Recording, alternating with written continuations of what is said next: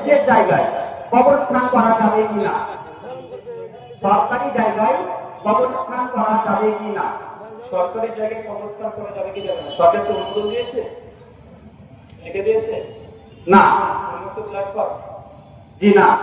তাহলে এটাই প্রশ্ন। শোনেন,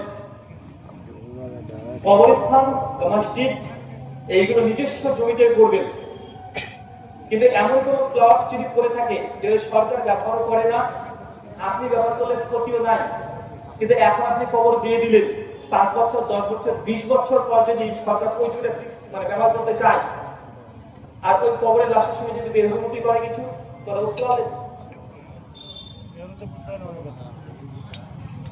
বলেন।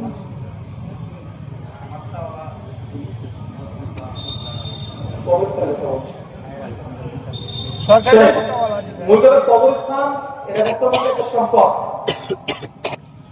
আর আল্লাহ নবী স্পষ্ট ভাবে বলেছেন সে বুখারী মুসলিম একাধিক হাদিস যে কবরে তো চুনকাম করো না, উঠাউটি করো না, উঠা-বসা করো না, কবরতে কোনো বেরুমতি করা জায়েজ নাই।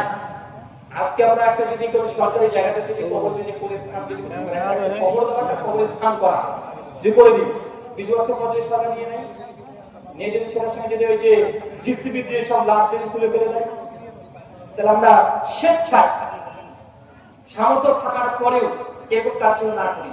তাই সর্বপ্রথম থাকবেন ইবাদতের জায়গা, কবরের জায়গা, কবরস্থান, মাদ্রাসা এটা নিজস্ব জমিতে করবেন, এটা বিদআত। কিন্তু কেউ যদি করে ফেলে, শরীয়তের দৃষ্টিতে কোনটা হারাম না, কথা বুঝতে পারলেন?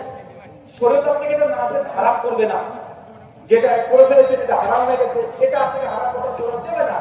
তবে রাষ্ট্রীয় ব্যবস্থা দিক থেকে তাকে আমরা বলি যে এইসব জায়গা ব্যবহার করা উচিত নয়, পরবর্তী সময়তে এগুলো বেরুমুক্তি হতে পারে। ধন্যবাদ।